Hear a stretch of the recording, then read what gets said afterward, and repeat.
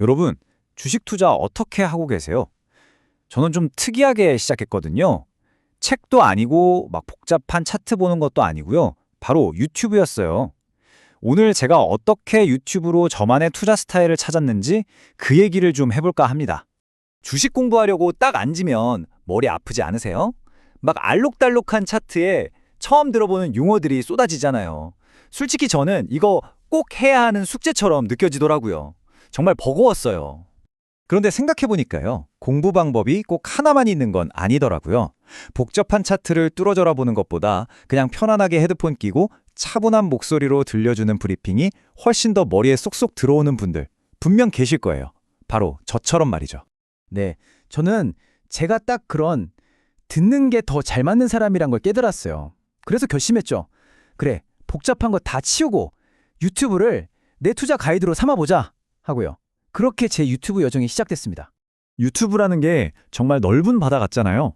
정말 많은 정보, 많은 멘토들이 있는데 그 속을 한 2년 정도 헤매다 보니까 제게 딱 맞는 저만의 길을 알려주는 세 분을 만나게 되더라고요.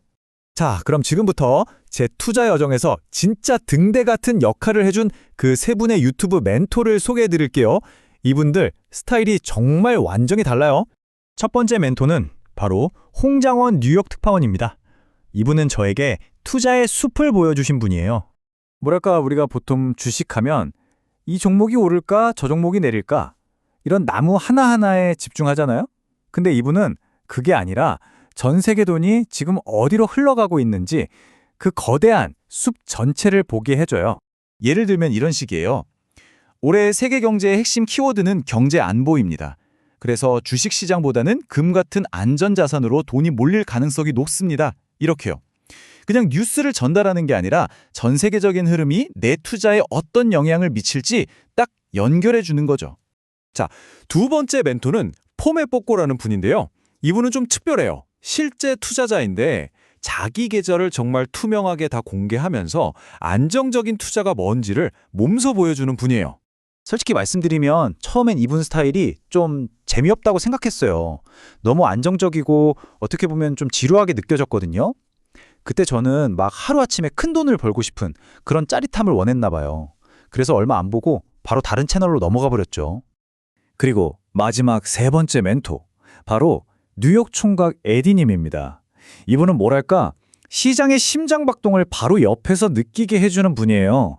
미국 시장이 딱 열리는 그 시간에 맞춰서 라이브로 뉴스를 막 읽어주시는데 이게 진짜 흥미진진한 스포츠 중계 같아요. 이건 좋은 뉴스, 이건 나쁜 뉴스 이렇게 딱딱 정리해 주시니까 그날 시장의 분위기, 그 맥박을 생생하게 느낄 수 있는 거죠. 이렇게 스타일이 전혀 다른 세 멘토 사이를 오가면서 한 2년쯤 방황했을까요? 문득 이런 생각이 드시더라고요. 내 투자 여정이 뭐랑 되게 비슷한데?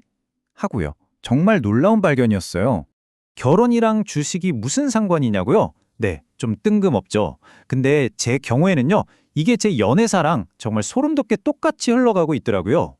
생각해보니 처음 1년은 연애할 때도 투자할 때도 그랬어요. 뭔가 새롭고 짜릿하고 설레는 것만 찾아다녔죠. 그런데 시간이 좀 지나니까 알겠더라고요. 제가 진짜 원했던 건 그런 잠깐의 설렘이 아니라 그냥 곁에 있으면 마음이 편안해지는 그런 안정감이었다는 걸요. 이건 정말 연애 상대도 그렇고 제 투자 포트폴리오도 마찬가지였어요. 그래서 결국 어떻게 됐을까요? 네, 그렇게 2년을 방황하다가 결국 제가 처음 지루하다고 그냥 지나쳤던 그 안정적인 투자자 포메뽀꼬님에게 돌아가게 된 거죠. 운명이었을까요? 이분이 하신 말씀 중에 제 마음에 팍 박힌 말이 있어요.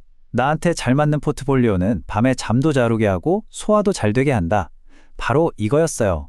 아, 그렇구나. 좋은 투자는 나를 불안하게 만드는 게 아니라 내 일상을 편안하게 해주는 거구나.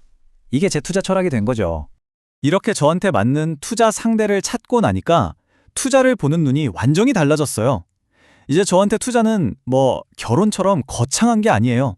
그냥 제 작은 텃밭을 매일매일 가꾸는 일, 딱 그 정도가 됐습니다. 방법은 아주 간단해요.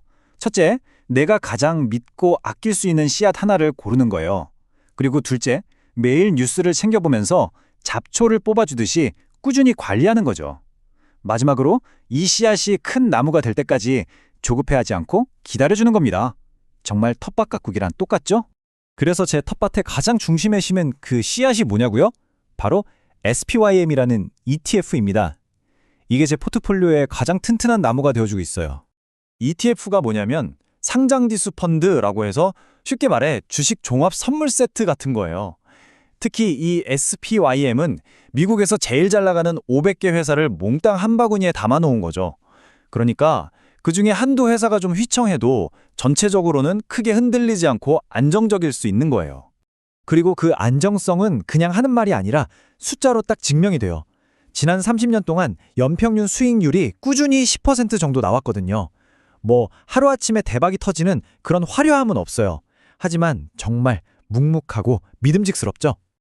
그래서 이제 이 주식은 제가 가장 아끼는 제 포트폴리오 정원의 가장 튼튼한 뿌리가 되었습니다. 나무 키우듯이 정성껏 키워나갈 생각이에요. 자, 오늘 제 이야기를 쭉 들으셨는데요. 결국 핵심은 이거예요. 나한테 딱 맞는 투자 스타일은 분명히 있다는 것. 그리고 그걸 찾기 위해 꼭 남들처럼 복잡한 차트와 실험할 필요는 없다는 거죠. 어쩌면 그 시작은 여러분의 눈이 아니라 여러분의 마음을 편안하게 해주는 목소리를 찾는 귀에서 시작될지도 모릅니다. 여러분의 투자 여정은 지금 어떤 소리를 내고 있나요?